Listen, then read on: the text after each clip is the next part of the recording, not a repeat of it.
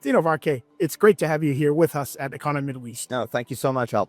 Now, could you tell us, Investopia, what are some of the messages that you're conveying here, and how does your line of business kind of intertwine with the strategic developments of the United Arab Emirates?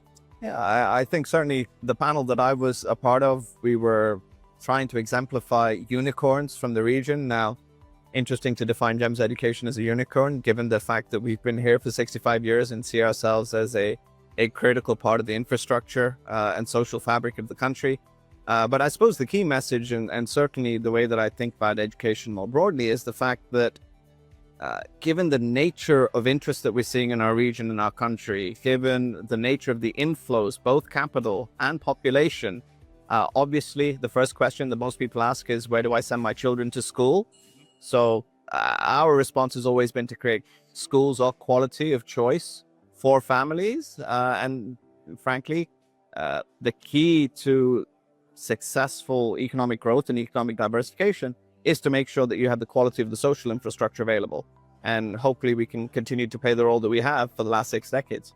Well, I'm going to ask you a trending question. The role of AI in education, how does that fit into your whole business model and enhancing the educational system that you offer? Sure. To put it at the simplest level, the way that I would describe it is every teacher should have an artificial intelligence or an AI-driven instructional coach to help them with their training and development. Every student should have an AI-driven tutor and or peer that, frankly, they can learn with. That's the simplest level. Frankly, the impact of AI or machine learning in our sector is going to be profound because we have an acute global teacher shortage, 70 million. So we have to look at enabling technologies like artificial intelligence to help us to bridge the gap. And so whether it's, again, AI tutors, intelligent tutoring systems, intelligent assessment frameworks, all of this is going to help us to effectively build a bridge to addressing that shortage. Well, while some of your younger parents might be quite in touch with AI, the older parents might not be. Is there a way that you educate them so that their children can benefit? Well, interestingly, I'm probably just at the age, so my son is 16, so we'll graduate in a couple of years.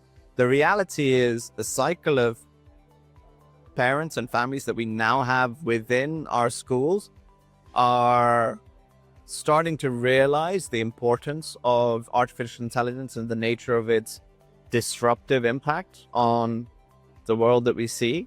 The reality is our students are frankly more adept already at utilizing technologies like this. It's actually our students that to a great extent teach their parents to get comfortable with this advancing technology. And could you enlighten us a little bit about the global expansion of GEMS?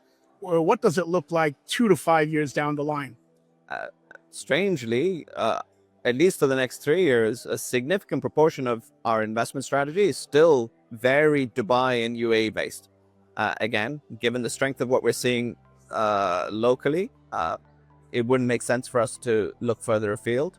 Beyond that, though, of course, adjacent markets, Saudi, the border GCC are going to be important. And of course, Southeast Asia is somewhere that we want to try and move into. But this will be something that we do year 4, year 5 from now. And finally, what should be some of the key takeaways from your panel and from the Investopia conference here that if you were to sum it up? If I was to summarize our panel, look, at the simplest level, the UAE is clearly demonstrating a level of ascendancy post-COVID that you're not seeing anywhere else in the world. The nature of the regulatory environment, the investment environment, but actually the political environment as well makes it incredibly conducive, whether you're investing within the region or using the region as a hub to tap into more global opportunities. It is certainly a place that people should be coming to invest.